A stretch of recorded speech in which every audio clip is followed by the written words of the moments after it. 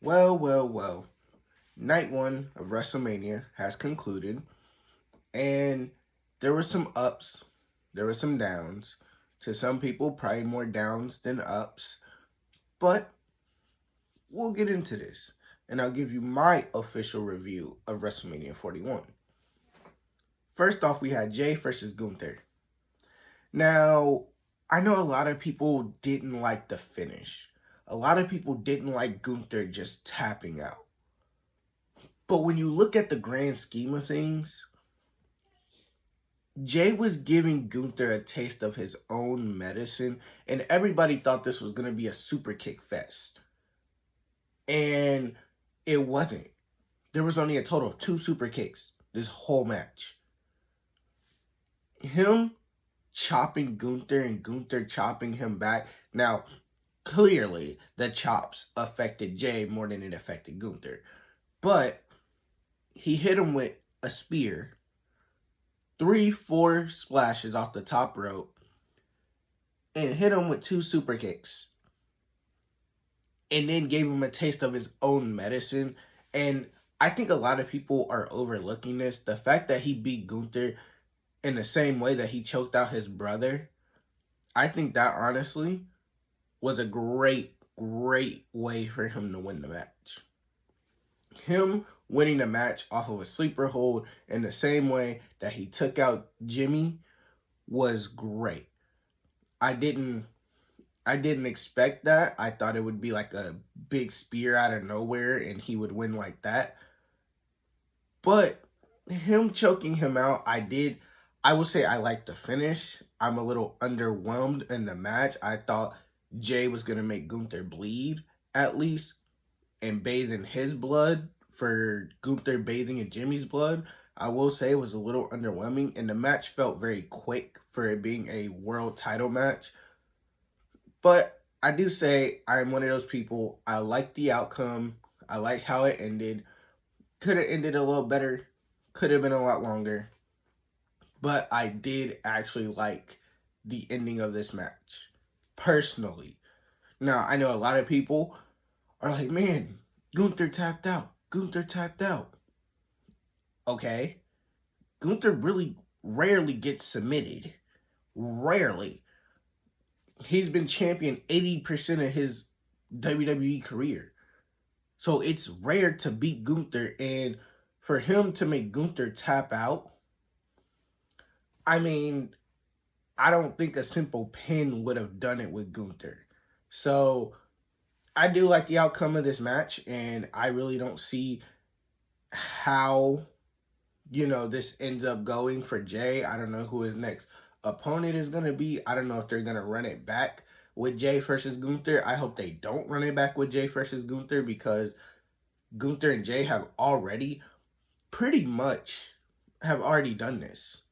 They've done this so many times. I think it's just time for Gunther to find a new opponent, Jay to find a new opponent, and this should be the end of this, trilogy between them.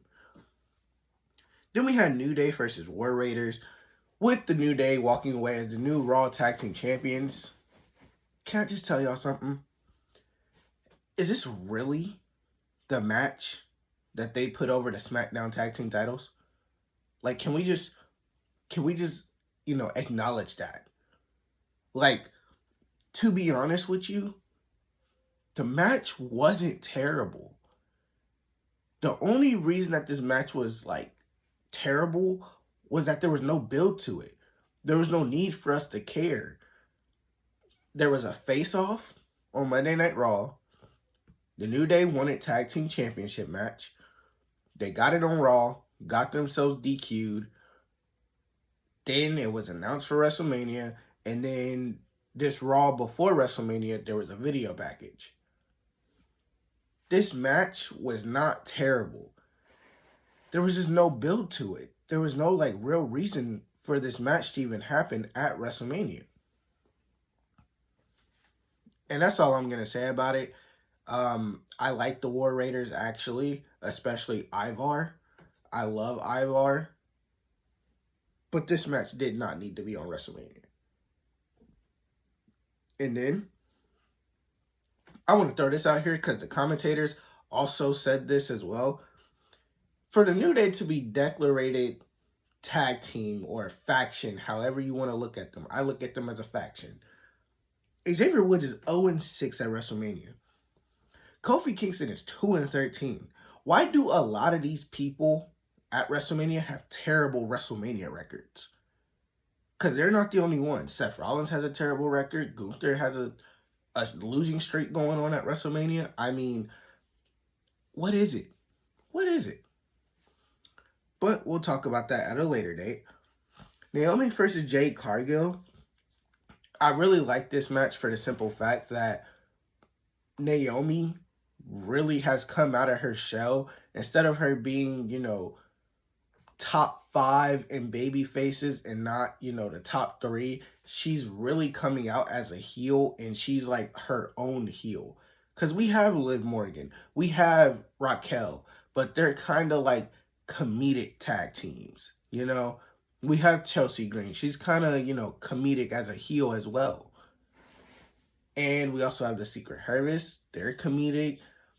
I mean, Charlotte's really the only serious heel, honestly, that I can genuinely think of. Ivy Niles a heel, but we don't really see her.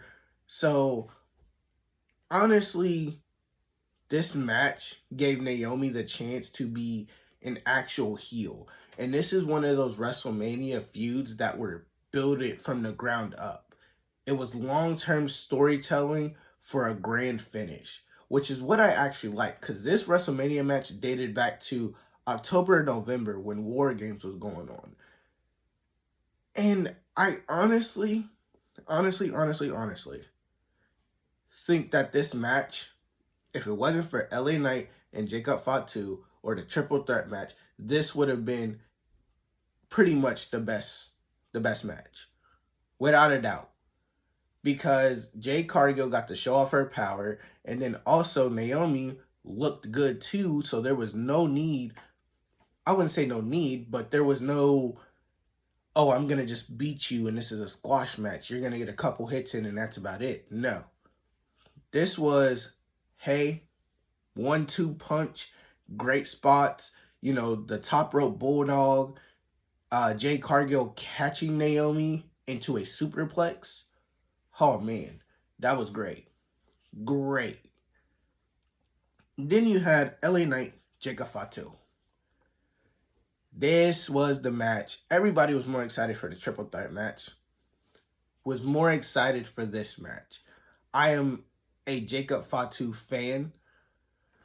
And seeing him win the United States Championship was great. And especially in a great match.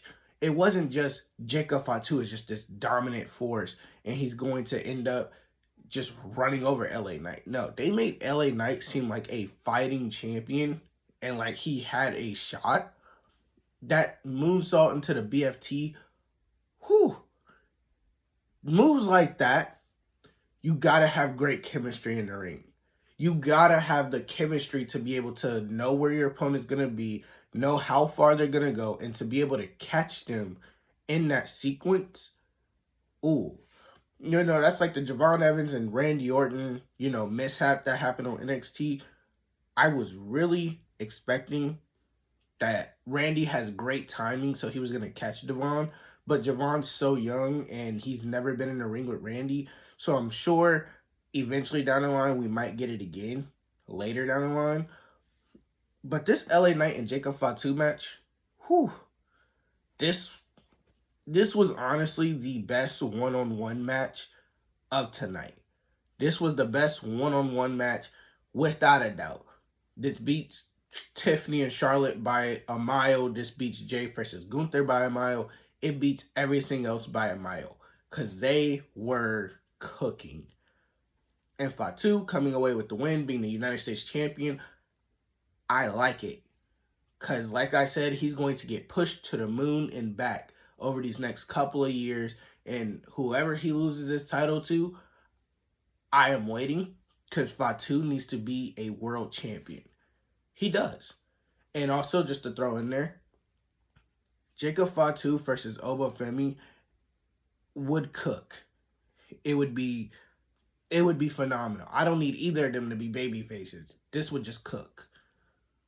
El Grande Americano versus Rey Fenix. Honestly, I wonder how this match would have went with Rey Mysterio being in it. With Rey Mysterio being out, everybody knew that it was going to be Rey Fenix for the simple fact of what happened on SmackDown. Whew. El Grande Americano? If it wasn't for Tiffany Stratton's entrance, I would say El Grande had the best entrance, honestly. The entrances were kind of mid, to be honest with you. I think Jade Cargill had a great entrance. I think Tiffany Stratton, maybe Jay, but that's about it. But El Grande Americano versus Rey Fenix really cooked. And for the simple fact that Rey Fenix is only 3 weeks into his career at WWE and he's getting a WrestleMania moment against another great luchador, man, really is a, how do I want to say this? This is a great nod from WWE for Rey Fenix.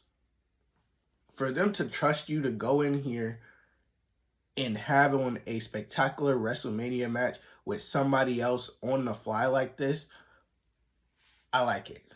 I really do. But El Grande Americano ends up winning, and they're going to continue this storyline. I don't know really how this goes. You know, maybe Dragon Lee ends up doing it. Maybe they're going to put El Grande Americano against Joaquin Wilde, which I don't see Joaquin Wilde demasking him anytime soon. But I will say that this was a great match too.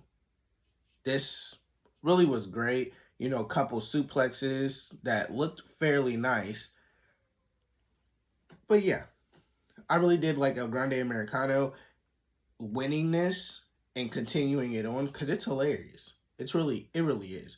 And hopefully it's Bret Hart underneath that mask. Tiffany Stratton versus Charlotte. Outside of Tiffany Stratton winning and Tiffany Stratton's entrance, there was nothing really to like about this match. There was really nothing. It's like they were intentionally screwing each other over for the match itself. It seemed like they had no chemistry. Charlotte didn't look like a veteran. Tiffany Stratton, you know, she looked like a rookie, kind of. Now, I don't know whose fault it was. I don't know who was doing what. I don't know if Charlotte was sandbagging and then Tiffany Stratton was just giving her a receipt and saying, hey, I can do the same thing. You're not going to actually connect your moves. I'm going to make your moves look bad. But Tiffany Stratton winning saved this match. I don't think a lot of people wanted to see Charlotte Flair win her, 15th world title? They said 14th, but I think they're going away with the Divas Championship. If you were Divas Champion, they're just kind of saying, nah, it didn't happen.